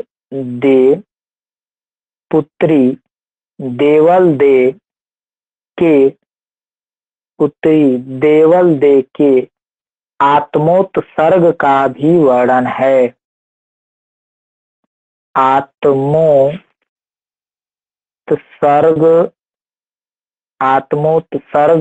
भी वर्णन है। आत्मोत्सर्ग का भी वर्णन है। थोड़ा सा स्टोरी समझ लेंगे, लिखने को तो लिख लिए होंगे। इस रचना में दिल्ली के सुल्तान अलाउद्दीन खिलजी के मना करने के बाद भी रणथंभौर के शासक हमीरदेव चौहान द्वारा मोहम्मद शाह को शरण देने के कारण हुए युद्ध का चित्रण है और साथ ही पुत्री देवल दे के आत्मोत्सर्ग का भी वर्णन है। इसमें हुआ ये था कि खिलजी से मोहम्मद शाह का दुश्मनी था। अलाउद्दीन खिलजी से मोहम्मद शाह का दुश्मनी चल रही थी, लड़ाई चल रही थी। तो ये जो उसको चहेट रहा था, यानी कि मार रहा था। तो ये भागते भागते कहाँ पहुंच गया? रणथंभौर के राजा हमीरदेव के दरबार में पहुंच गया, उनके शरण में। अलाउद्दीन ने कहा हमीरदेव से कि तुम जो है मोहम्मद शाह यहाँ शरण देना। ठीक है, किसने कहा? अलाउद्दीन खिलजी ने, कि तुम मोहम्मद शाह को शरण मत देना। लेकिन हमीरदेव जो है इंसानियत को समझते थे और कहे कि जब हमारे यहाँ कोई शरणार्थी बन के आएगा तो हमारा पहला कर्तव्य है उसकी रक्षा करना। जब वो हमारे यहाँ से चला जाएगा तब तुम उसे देना, लेकिन जब तक वो मेरे पास है, वो मेरी शरण में है, तो उसको मारने से पहले तुम्हें मुझसे लड़ाई करना पड़ेगा। ठीक है, बात समझ में आया? तो अलाउद्दीन खिलजी कहा कि हाँ हम लड़ेंगे। तो चूंकि हमीरदेव के पास उतनी सेना नहीं थी जितनी अलाउद्दीन खिलजी के पास थी, इनको पता था हारना तो है, लेकिन इन्होंने कहा कि हम लड़ेंगे क्योंकि हमारे शरण में कोई आया है और उसे हम मरने दें, ऐसा हो नहीं सकता। हम उसकी प्राण त्याग करके भी क्या करेंगे? रक्षा करेंगे। तो हमीरदेव ने कहा कि हम लड़ेंगे। तो जब ये पता चल गया कि लड़ेंगे, तो उनकी पत्नी जो पत्नी है वो कहती है कि जो पत्नी है और हमीरदेव है, तो हमीरदेव को तो मरना ये तो तय ही हो गया था कि इनको तो मर ही जाना पड़ेगा। ठीक है, और चूंकि पत्नी है तो पति जब मर जाएगा, जब उस समय क्या हो जाता था, जब पति मारा जाता था तो पत्नी जो है सती हो जाती थी। ठीक है, तो उनका तो रास्ता साफ था कि वो सती हो जाएंगी। लेकिन देवल दे की अभी शादी नहीं हुई थी, ये कुंवारी लड़की थी। तो अभी इसका समस्या आ जा रहा था कि आखिर इसका क्या किया जाए। ठीक है, तो देवल दे का क्या किया जाए, क्योंकि इसकी शादी नहीं हुई है, तो ये कहाँ जाए? तो फिर देवल दे जो है अपने पिता का जो है की शान बचाने के लिए या क्या कर लेती है। ठीक है, क्या कर लेती है? आत्महत्या कर लेती है। और इस प्रकार जो है हमीरदेव जो है मोहम्मद शाह की रक्षा करने में अपने पूरे परिवार का क्या कर देता है? बलि दे देता है, एक प्रकार से देखा जाए तो। ठीक है, तो इसी घटना का क्या किया गया है, यहाँ पे जिक्र किया गया है। किसने? हमीर रासो ने। बात समझ में आया? क्योंकि हमीर देव जब युद्ध में मारा जाएगा, विचार होता है अभी कि हमीर देव मारे जाएंगे तो पत्नी जो है सती हो जाएगी, लेकिन देवल देव क्या का क्या होगा, यानी पुत्री देवल देव का क्या होगा। जब इस विचार में पति पत्नी यानी हमीर देव और उनकी पत्नी मंथन कर रहे हैं, देवल देव को ये बात पता चलती है कि मेरे ही कारण जो है ये मोहम्मद शाह का रक्षा पिताजी नहीं कर पा रहे हैं, चिंतित हैं। तो इस वजह से जो है चिंता को दूर करने के लिए ये क्या कर लेती है, आत्महत्या कर लेती है। बात समझ में आया? चलिए भाषा देखेंगे, ये भाषा क्या है। इसकी भाषा देखेंगे तो राजस्थानी है। भाषा क्या है? राजस्थानी हिंदी या राजस्थानी कह सकते हैं। रस कौन सा है, इसमें कौन सा रस प्रधान है? अभी आपने विशलदेव रासो पढ़ा, उसमें कौन सा रस प्रधान था? वियोग श्रृंगार। वियोग श्रृंगार। और यहाँ पे वीरता का वर्णन है ना, वीर रस प्रधान है। यहाँ कौन सा रस प्रधान है? वीर रस। हमीर रासों में वीर रस प्रधान है। नोट करके लिखेंगे, नोट करके लिखेंगे। शुक्ल जी ने नोट में लिखेंगे, शुक्ल जी ने हमीर रासों से, शुक्ल जी ने हमीर रासों से रासो ग्रंथ की समाप्ति मानी है। यह प्रश्न बनता है, नोट कर लीजिए इसे। शुक्ल जी ने हमीर रासों से, शुक्ल जी ने हमीर रासों से रासो ग्रंथ की समाप्ति मानी है। प्रश्न बनता है, शुक्ल जी ने किस ग्रंथ से रासो ग्रंथ की समाप्ति माना है? तो हमीर रासों से। ठीक है, शुक्ल जी ने हमीर रासों से रासो ग्रंथ की समाप्ति मानी है। नीचे लिखेंगे लाइन छोड़ के, राहुल संकृत्यायन। कौन? राहुल सांकृत्यायन। राहुल सांकृत्यायन ने हमीर रासों को, हमीर रासों के लिखेंगे, हमीर रासों के रचयिता, हमीर रासों के रचयिता जज्जल को मानते हैं, जज्जल को मानते हैं। हमीर रासों के रचयिता जज्जल को मानते हैं। अब देखिए, सब लोग ये मानते हैं कि हमीर रासों के रचयिता कौन है? सारंगधर हैं, लेकिन राहुल संकृत्यायन ये मानते हैं कि हमीर रासों के रचयिता कौन है? जज्जल हैं। बात समझ में आया? तो जब आपसे पूछे हमीर रासों के रचयिता कौन है, तो सारंगधर बताएंगे। जब राहुल संकृत्यायन का नाम लेगा तब आपको जज्जल बता देना है। ठीक है, जब पूछे कि राहुल संकृत्यायन के अनुसार हमीर रासों के रचनाकार कौन है, तब आपको जज्जल बताना है। अन्यथा ऐसे पूछता है तब आपको सारंगधर बताना है। क्लियर है? अगली जो रचना है उसके बारे में लिखेंगे, विजय पाल रासो। विजय पाल रासो।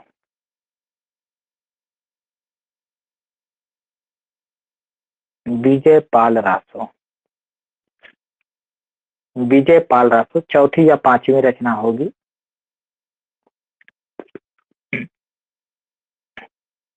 विजय पाल रासो। रचनाकार कौन है? रचनाकार है नल सिंह।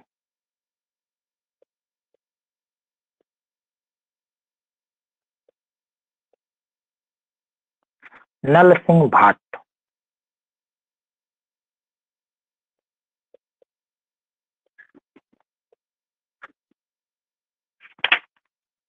रचना कौन है? नल सिंह। यहाँ ह लिखेंगे तो सही रहेगा। ठीक है, एक मिनट। नल भी लिख लेता है कभी कभी, वैसे ह लिखिए, यहाँ पे ह ही सही माना जाता है। नल सिंह भाट, ठीक है। रचनाकार कौन है? नल सिंह भाट। भाट कहेंगे चाहे भट्ट कहेंगे, ठीक है। भट्ट भी लिखा रहेगा तो ये ना समझिएगा नहीं गलत है, इन लोगों के पुराने नाम है, ठीक है। तो नल सिंह भाट कहे या नल सिंह भट्ट कहे, बात एक ही है। आगे देखेंगे रचना काल की अगर हम बात करें, रचना काल कभी कभी भाट नहीं भी लिखेगा, केवल नल सिंह लिखेगा तो भी आप समझ लीजिए वही है, ठीक है। रचना काल 16वीं सदी, रचना काल क्या है? 16वीं सदी, 16वीं सदी। कथानक लिखेंगे, थोड़ा सा है इसमें लिख लेंगे कथानक। इसमें स्टोरी क्या है? कथानक लिखेंगे करौली, करौली के शासक, करौली के शासक विजयपाल, करौली के शासक कौन है?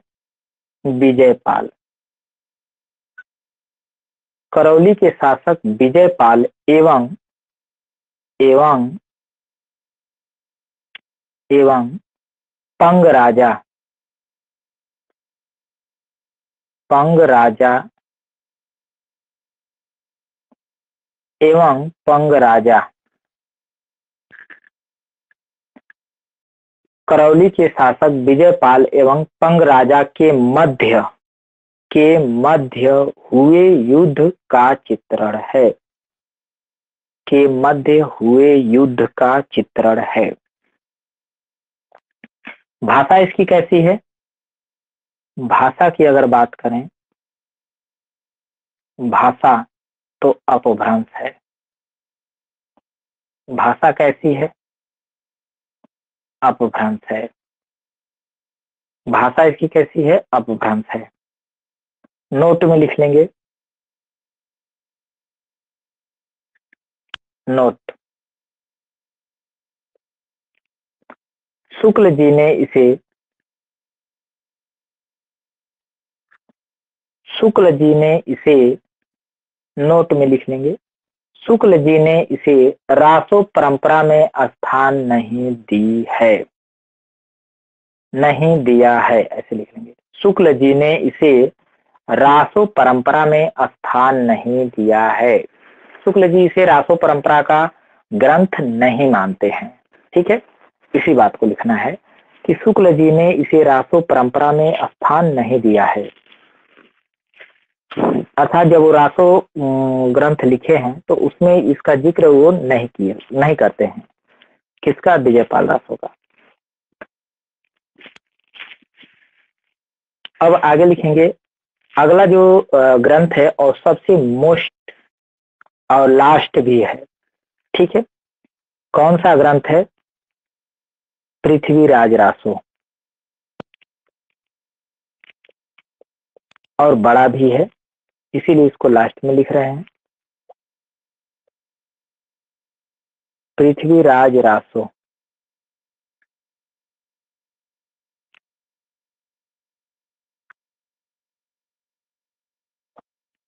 पृथ्वीराज रासो। रचनाकार की अगर हम बात करें, रचनाकार कौन है? चंदवरदाई, चंदवरदाई। रचनाकार कौन है? चंदवरदाई, ठीक है। कोई लिख सकते हैं मूल नाम इनका क्या है? मूल नाम पृथ्वी भट्ट है, पृथ्वी भट्ट। कहाँ लिख दूं? यहाँ लिख दूं, पृथ्वी भट्ट।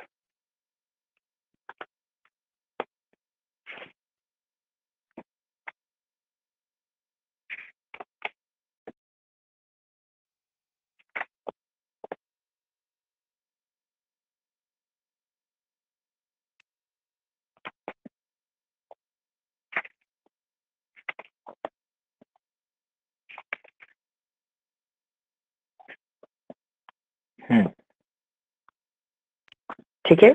मूल नाम इनका क्या है? पृथ्वी भट्ट। जन्म नीचे लिख लेंगे, उसी में जन्म अभी नहीं लिखेंगे। एक चीज और लिख लीजिए, रासों में कोष्टक में करके लिख लीजिए या ऐसे भी लिख लीजिए।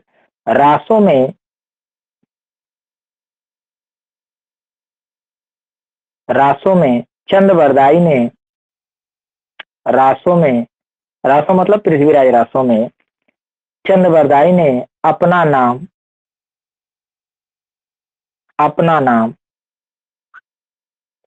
बल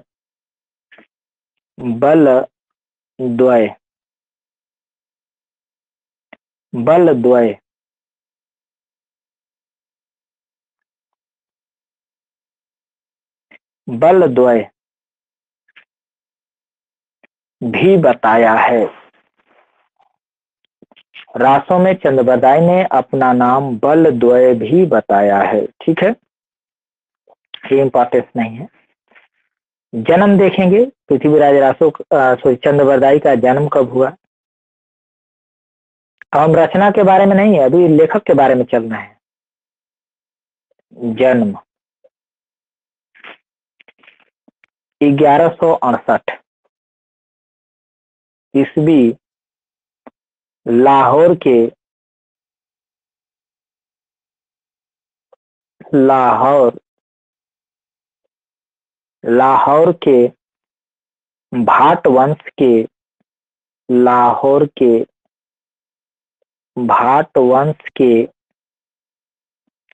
भाट वंश के जगाता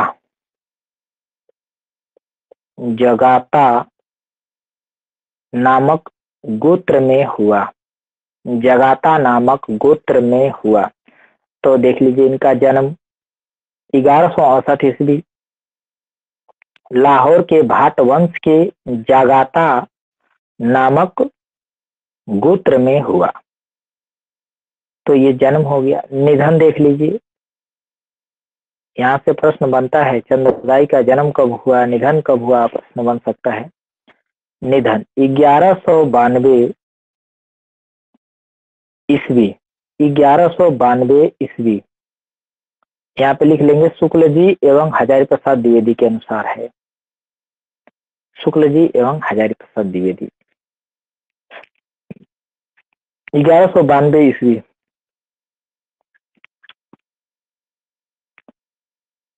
अब नीचे आ जाइए।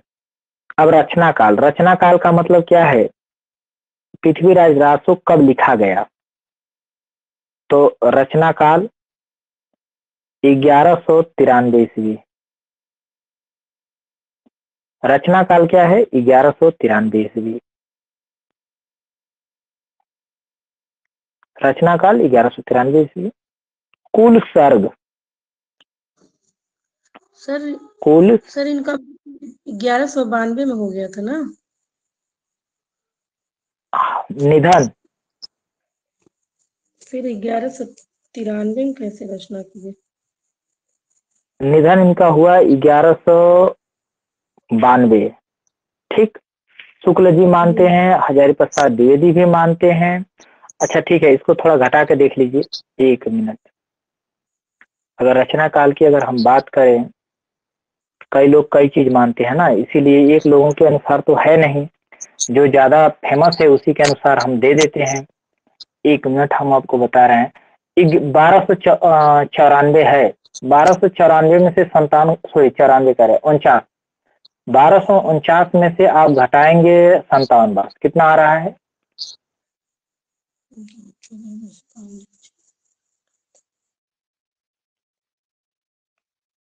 1192 आ रहा है जी। ठीक है, 1192, 68 और 90, तो ये निधन नहीं होना चाहिए। ठीक है, बात समझ रहे हैं ना? 92 में मर गए तो 93 में कैसे किए? नहीं, ये निधन जो है 92 नहीं हो सकता है। ठीक है, ये रचना काल है इनका। ठीक है, सही कह रहे हैं। 1168 से 1192 जो है इनका रचना काल हो सकता है। ठीक है, तो जन्म और निधन नहीं होगा ये। तो यहाँ मिस्टेक हो गया एक चीज। 1192 या 1193 ये तो ठीक है, रचना काल में लिख लीजिए, रचना काल में ही लिखिए, मैं इसको सुधार रहा हूँ। जन्म और निधन को रहने दीजिए, रचना काल में ये लिखिए 1193, लास्ट वाला ही लिख लीजिए, 1193 ईस्वी, ये सही है। ठीक है, 1193 ईस्वी, या कहीं कहीं 1192 भी दिया रहेगा तो भी आप मान लीजिएगा कि सही है। ठीक है, 1192 या 1193 जो दिया रहे वो परफेक्ट है। ठीक है, जन्म की अगर बात करें तो 1168 नहीं होगा। ठीक है, अगर होगा 1168 तो ये 1192 नहीं हो सकता है। तो निधन को काट दीजिए, ये जो सन है उसको काट दीजिए, सन देखेंगे क्योंकि मिलता नहीं है, मैं ढूंढूंगा, कोशिश करूंगा इनका जो है निधन का सन जो है मिल जाए। ठीक है, बात समझ में आ रहा है? तो 1192 आप काट दीजिए, उसको ढूंढेंगे, पहले कंफर्म कर लेंगे थोड़ा सा, क्योंकि इनका जो डेथ एक तो जन्म भी जल्दी नहीं मिलता है और न मृत्यु मिलता है। ठीक है, अंदाजा लगाया गया है, तो कुछ लोग कुछ लगाते हैं, जैसे रामस्वरूप चतुर्वेदी 1190 ही कहते हैं, 1192 कहते हैं। ठीक है, तो अभी कुछ लोग संवत में कह देते हैं, कुछ लोग सन में कह देते हैं। ठीक है, इसे देखेंगे। यहाँ कट कर दीजिए, आप निधन वाला कट कर दीजिए, रचना काल ठीक है, 1192 या 1193 जो रहेगा आप लगा लेंगे। ठीक है, कुल सर्ग, कुल सर्ग, और परेशान न हुए, उनका निधन नहीं पूछा जाएगा। ठीक है, यह भी बात है। कुल सर्ग, कुल सर्ग या समय, अब बताएंगे इस रचना में सर्ग कहा गया है या समय कहा गया है? समय कहा गया। हाँ, समय कहा गया है। हाँ, समय ही कहा गया है। ठीक है, तो कुल सर्ग या समय कितने हैं? सर्ग या समय का मतलब अध्याय, जैसे किताब में अध्याय होते हैं ना, वैसे ही ये अध्याय के रूप में आया है। ठीक है, तो कितने अध्याय हैं जिसको समय कहा गया है इसमें? 69, 69। ठीक, 69 समय है, 69 समय है, समय मतलब अध्याय ही होता है, 69 समय है। ठीक है, इसी में नीचे कोष्टक में करके लिखेंगे 61 समय, 61 समय चंद द्वारा, 61 समय चंद द्वारा, तथा तथा शेष 8, तथा शेष 8 समय, तथा शेष 8 समय उनके पुत्र जल्हड़ द्वारा रचित है। शेष 8 समय उनके पुत्र जल्हड़ द्वारा रचित है। बात समझ में आया? क्योंकि चंद्रबरदाई क्या किए थे, पुस्तक जल्हड़ हाथ दे चले गजनी नृप काज। ठीक है, तो जिस समय चंद्रबरदाई जो है जल्हड़ को पुस्तक दिए थे अपनी, उस समय 61 समय तक वो लिख चुके थे। बात समझ में? चंद्रबरदाई ने क्या किया था, उस समय 61 समय पूरा कर चुके थे। ठीक है जी सर। और उसके बाद जो है वो पुस्तक दे दिए, किसको लिखने के लिए? अपने पुत्र को दे दिए कि तुम अब इसको पूरा कर देना, मैं चल रहा हूँ राजा के काम से, कहाँ जा रहा हूँ, गजनी जा रहा हूँ। ठीक है, तो बाकी जो 8 समय है, क्योंकि 69 है ना, तो बाकी का जो 8 समय है इनके पुत्र जल्हड़, जल्हड़ ने पूरा किया। तो उसी को नीचे लिख लीजिए कि 61 समय चंद्रबरदाई द्वारा तथा शेष 8 उनके पुत्र जल्हड़, जल्हड़ ऐसे लिखेंगे जल्हड़। ठीक है, उनके पुत्र का नाम है जल्हड़, जल्हड़ द्वारा रचित है। बात समझ में आया? वह पंक्ति भी नीचे लिख लेंगे, वह पंक्ति भी नीचे लिख लीजिए, पुस्तक इनवर्टेड कामा में, पुस्तक जल्हड़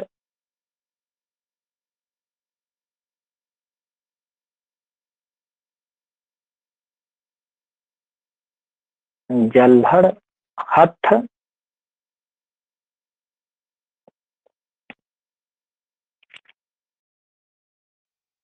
जल्हड़ हथ दे,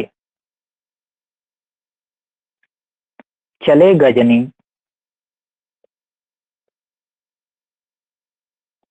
चले गजनी नृप काज। ठीक है, यही पंक्ति है।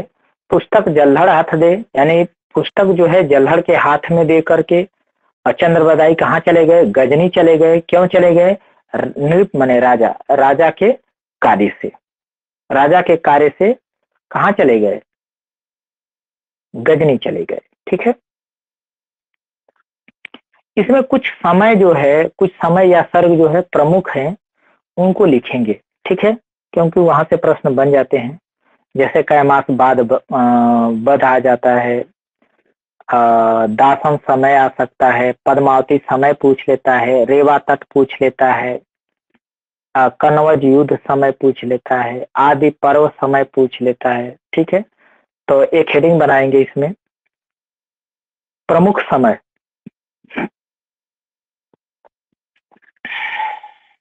उनहत्तर है ना, 69 में से जो प्रमुख है उनकी बात किया जा रहा है।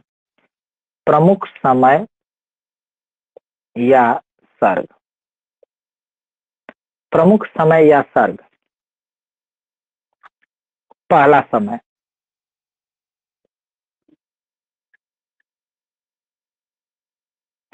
पहला समय में लिखेंगे, पहला समय क्या है उसमें लिखेंगे बाद में। पहला समय है क्या?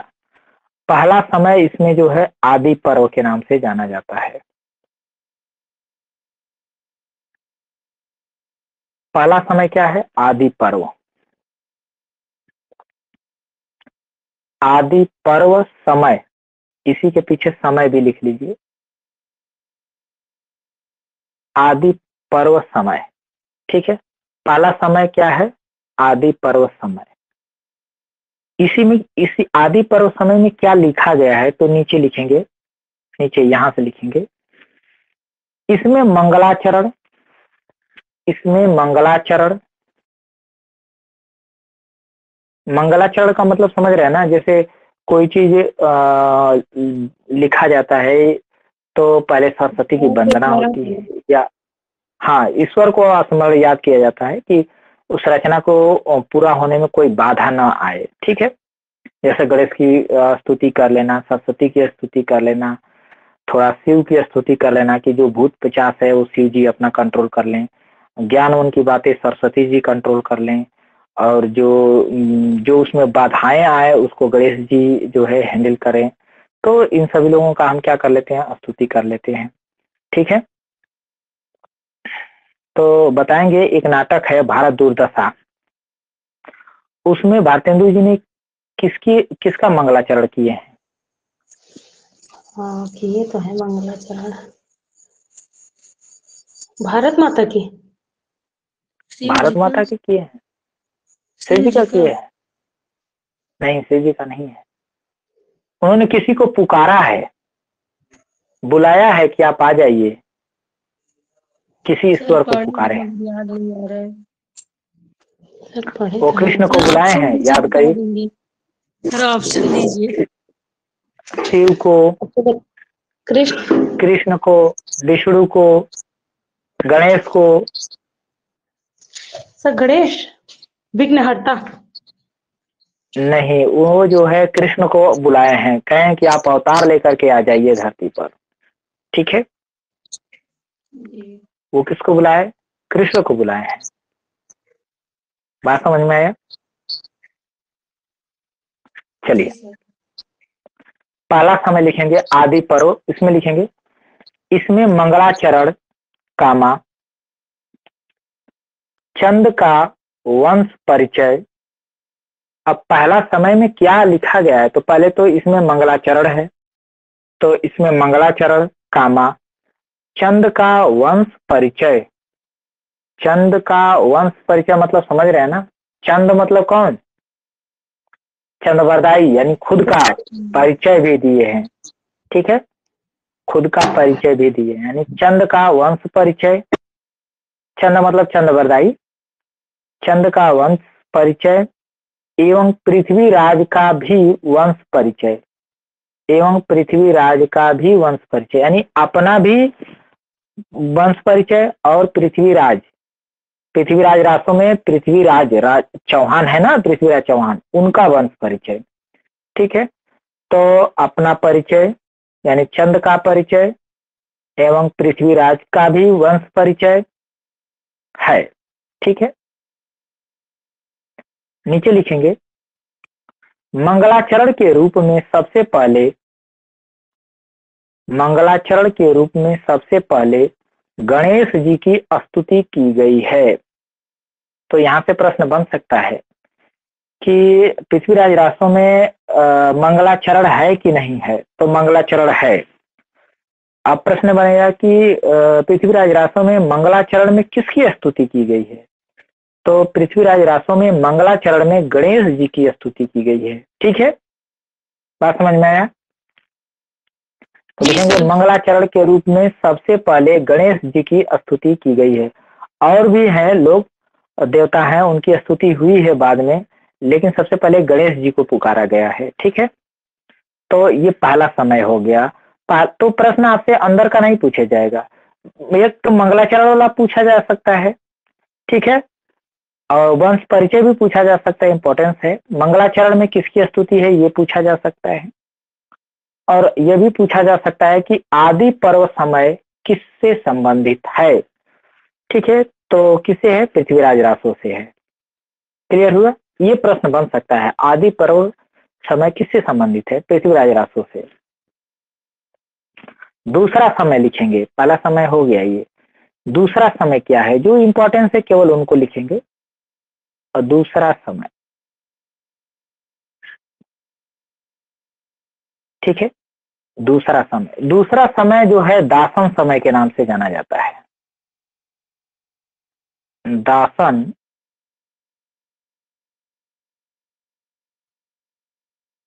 दासन समय, दासन समय। ठीक है, इसमें लिखेंगे कृष्ण व राम कथा का चित्रण इसमें है। कृष्ण व राम कथा का चित्रण इसमें है, या ऐसे लिखेंगे इसमें कृष्ण व राम कथा का चित्रण है। इसमें कृष्ण व राम कथा का चित्रण है। ठीक है, दासन सर्ग, दासन समय में क्या है? कृष्ण व राम कथा का चित्रण है। इसके बाद लिखेंगे 20वां समय। तीसरा नहीं लिखना है, अब सीधे 20वां लिखिए, ये भी एक इंपॉर्टेंस है। 20वां समय, प्रश्न बन सकता है कि आदि पर्व पृथ्वीराज रासों का कौन सा समय है, तो पहला समय है। ठीक है, 20वां समय क्या है? इंपॉर्टेंस है, पद्मावती समय है। पद्मावती,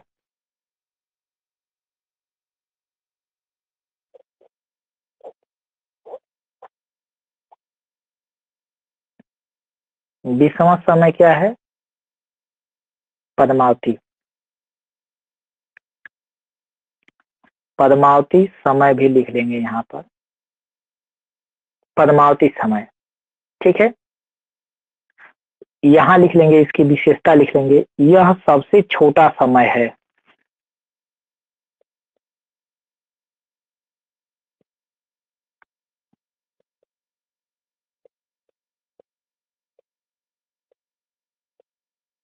कोष्ठक में लिख लेंगे यह सबसे छोटा समय है। कौन? पद्मावती समय। तो प्रश्न कई बार बन चुका है कि पद्मावती समय का संबंध किस रचना से है, तो पृथ्वीराज रासों से। ये मोस्ट इंपॉर्टेंट है, पद्मावती समय। ठीक है, और एक पहला आदि पर्व 27वां समय, ये प्रश्न बन सकता है क्योंकि यूजीसी नेट में है।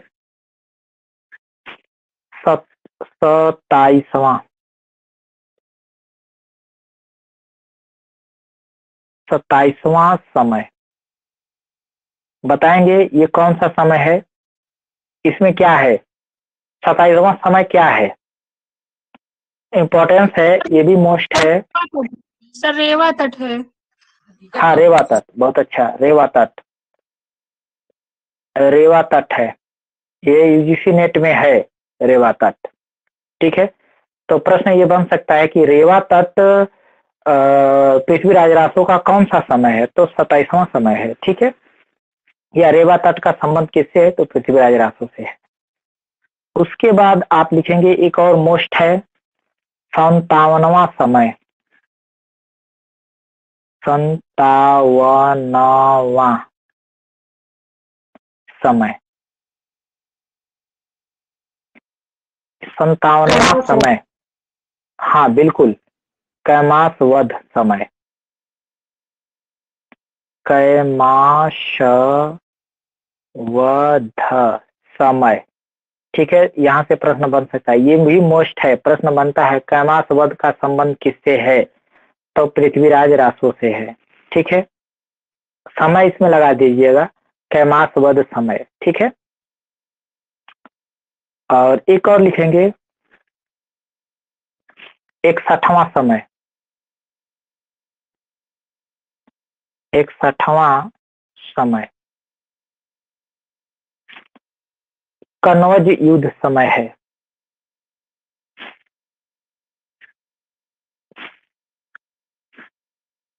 कनौज, कनौज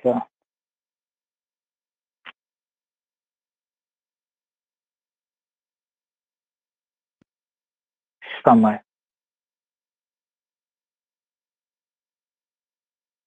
कनौज समय। ठीक है, कोष्ट में लिखेंगे यह सबसे बड़ा समय है,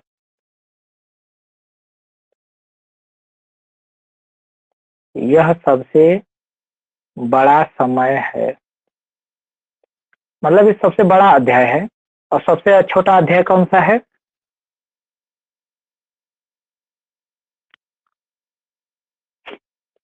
मंगलाचरण। नहीं, अभी तो पढ़े हैं पद्मावत समय। पद्मावती। हाँ पद्मावती समय। ठीक है, इसी में नीचे लिखेंगे, इन्वर्टेड कामा में करके लिखेंगे, कनौज युद्ध समय का, कनौज युद्ध समय का, कनौज युद्ध, अच्छा इसको युद्ध इसमें छूट गया, इसमें युद्ध लगा लीजिएगा यहाँ पर, कनौज समय नहीं, कनौज युद्ध समय। ठीक है, ऐसे करके यहाँ ऐड कर लीजिएगा, छूट गया है थोड़ा सा, कनौज युद्ध समय। ठीक है, इन्वर्टेड कामा में लिखिए कनौज युद्ध समय का, कनौज युद्ध समय का पृथ्वीराज रासों में,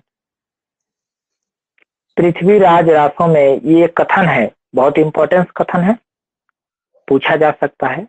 कनौज युद्ध समय का पृथ्वीराज रासों में वही स्थान है, पृथ्वीराज रासों में वही स्थान है जो जो रामचरितमानस में, जो रामचरितमानस में अयोध्या कांड का है, जो रामचरितमानस में किसका है, अयोध्या कांड का है।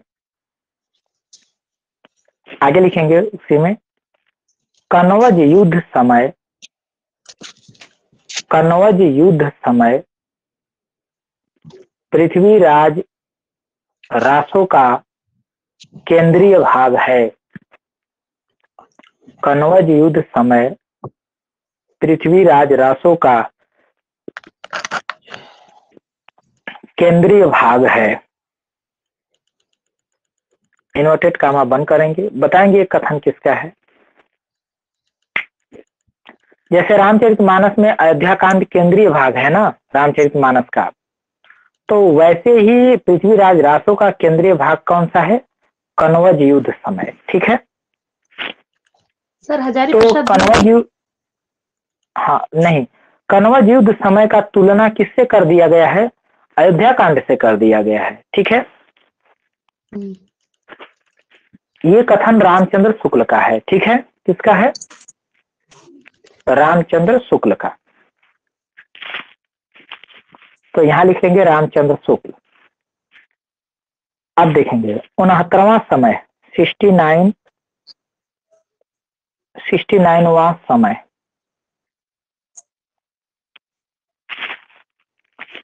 ये लास्ट है, 69 को है ना समय। समय कितने हैं कुल? 69। तो लास्ट समय क्या है? महोबा युद्ध। महोबा युद्ध समय, ये लास्ट है, इसका अंतिम समय है। क्लियर हुआ? ये कुछ इंपॉर्टेंट समय थे, इसको हमने लिख लिया। आगे चलते हैं। इस रचना को आज पूरा तो नहीं कर पाएंगे हमको लग रहा है कि, क्योंकि 43 भी हो गया है। ठीक है, कुछ चीजें रह जाएंगी उसे, क्योंकि ये लंबा है, इसमें बहुत सारे यहाँ से प्रश्न बनते हैं। ठीक है, अभी अप्रमाणिक प्रमाणिक बहुत सारी चीजें इसमें छुटी हुई हैं। ठीक है, तो हमने क्या लिखा है एक बार देख लेते हैं। फर्स्ट पृथ्वीराज रासो के बारे में। तो हमने देखा कि रचनाकार जो है चंद्रबरदाई हैं, जिनका मूल नाम जो है पृथ्वी भट्ट के नाम से भी जाने जाते हैं। ठीक है, और बलद्वय जो है अपना नाम किसमें बताए हैं? पृथ्वीराज रासो में अपना नाम चंद्रबरदाई क्या बताए हैं? बलद्वय बताए हैं।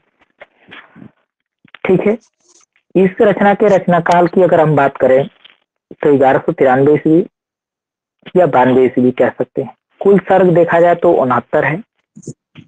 61 समय जो है या सर्ग जो है स्वयं चंद्रबरदाई ने लिखे थे, और जो शेष 8 समय बचा है उसको इनके पुत्र जल्लह ने पूरा किया है।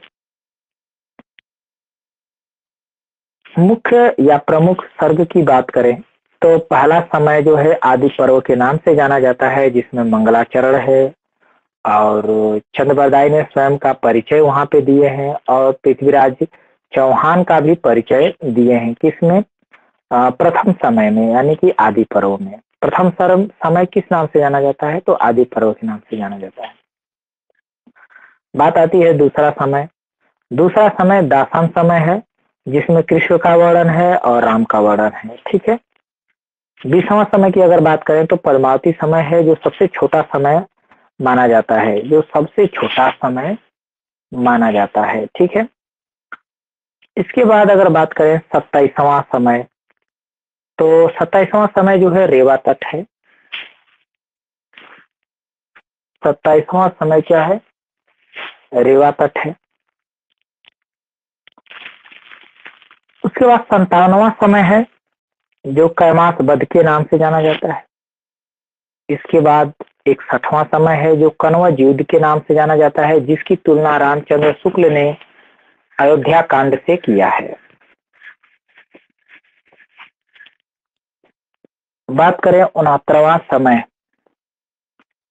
69वां समय और अंतिम समय है, जिसमें महोबा युद्ध का वर्णन किया गया है, और इसका नाम महोबा युद्ध समय ही रखा गया है। ठीक है, चलिए आगे देख लेते हैं इसके नायक, कि इसके नायक कौन है।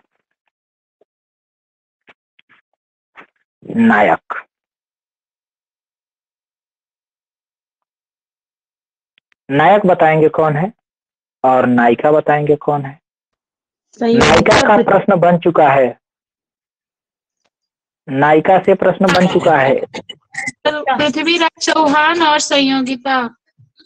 हाँ, तो नायक में लिखेंगे पृथ्वीराज चौहान। पृथ्वीराज चौहान।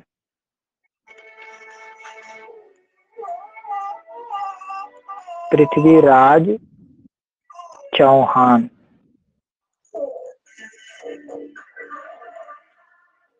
पृथ्वीराज चौहान, यहाँ कोष्टक में लिखेंगे पृथ्वीराज चौहान के बारे में, थोड़ा सा कोष्टक में लिखेंगे धीरोदात्त श्रेणी का नायक।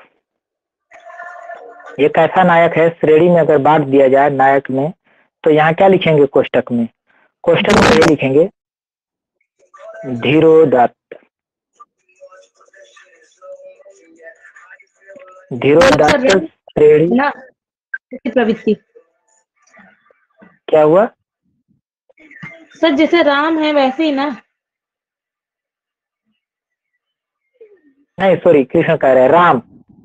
राम है ना, राम। हाँ, राम की तरह। धीरोदात्त श्रेणी मतलब जैसे राम है उस टाइप का नायक। यहाँ पृथ्वीराज चौहान के बारे में लिखेंगे, ठीक है।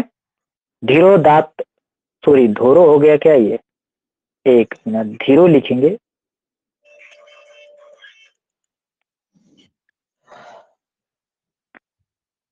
हाँ, धीरोदात्त, धीरोदात्त श्रेणी का नायक। पृथ्वीराज रासो में जो पृथ्वीराज चौहान है वो किस प्रकार का नायक है, तो धीरोदात्त नायक है, ठीक है। नायिका, नायिका कौन है, संयोगिता। संयोगिता।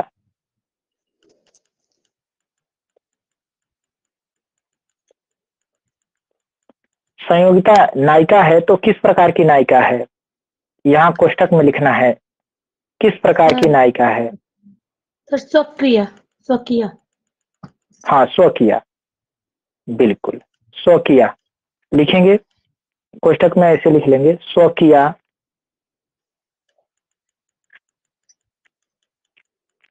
स्वकिया मुग्धा, पूर्ण। स्वकिया मुग्धा श्रेणी की नायिका।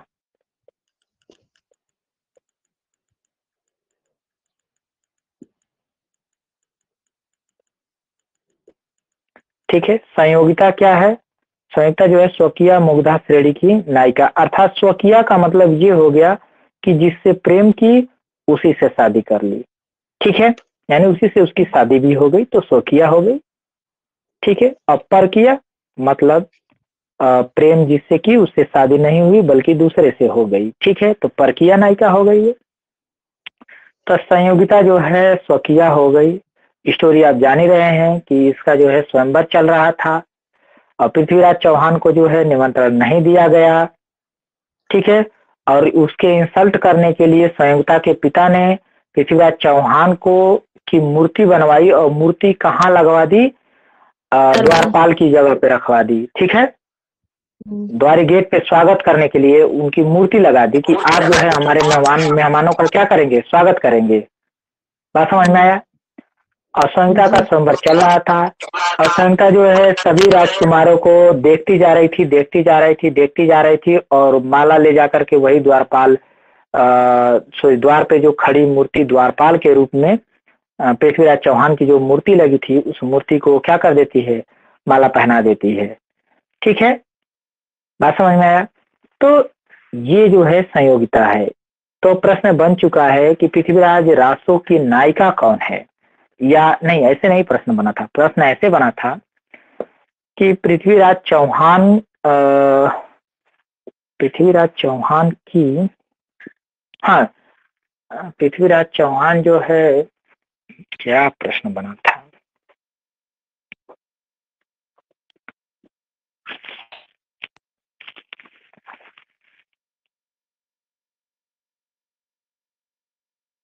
थे, ठीक है। पृथ्वीराज चौहान किसके प्रति आसक्त थे, तो संयोगिता के प्रति, ठीक है। ये प्रश्न बना था। थोड़ा सा कोष्टक में लिखना चाहे नीचे स्वकीय और परकीय के भेद, तो सॉरी किसे कहते हैं तो लिख सकते हैं स्वकीय नायिका। अगर लिखना चाहें तो कोष्टक में ऐसे करके लिख लीजिए, स्वकीय नायिका, और ऐसे डैश दीजिए और इसमें लिख लीजिए स्वकीय नायिका और डैश दीजिए, उसी में लिख लीजिए जिससे प्रेम करे उसी से विवाह करे, जिससे प्रेम करे उसी से विवाह करे, ऐसी नायिका स्वकीय नायिका हो गई, ठीक है। और ये क्या है, परकीय नायिका, परकीय नायिका, इसमें लिख लीजिए कि प्रेम एक से विवाह दूसरे से, प्रेम एक से विवाह दूसरे से, तो ऐसी नायिका क्या हो गई, परकीय नायिका हो गई, ठीक है। इसकी शैली क्या है, इस रचना की शैली क्या है, किस शैली में लिखी गई है। तो शैली में लिखेंगे, ये हो गया, इतना ही इस बॉक्स में बना लीजिए, समझने के लिए था। शैली देखिए, शैली क्या है, पिंगल शैली है। इस रचना की शैली क्या है, किस शैली में लिखी गई है, तो पिंगल शैली में। ठीक है, पिंगल शैली में, ध्यान देना, किस शैली में लिखी गई है, पिंगल शैली में। कुल छंद, कुल छंद बताएंगे कितना है, हाँ 68। सर 68 कुल है। छंद, हाँ बिल्कुल 68 प्रकार के।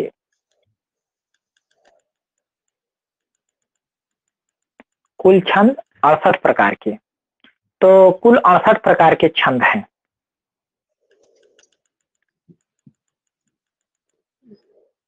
ठीक है, कुल छंद 68 प्रकार के। एक हेडिंग लिखेंगे और यहीं पे रहने देंगे। ठीक है, एक हेडिंग लिखेंगे, पृथ्वीराज रासों के 4 संस्करण या रूपांतरण है। पृथ्वीराज रासों के, पृथ्वीराज पृथ्वीराज रासों के 4 संस्करण या 4 संस्करण या रूपांतरण।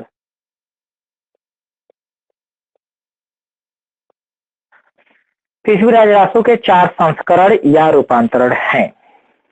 ठीक है, तो जिसमें एक बृहद रूपांतरण है, एक मध्यम रूपांतरण है, एक लघु रूपांतरण है और एक जो है लघुत्तम रूपांतरण है।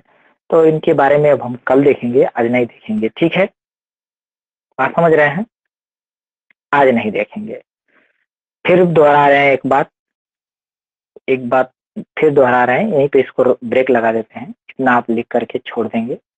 ठीक है, तो देखिए, वैकेंसी आ रही है और बहुत जल्द आ रही है।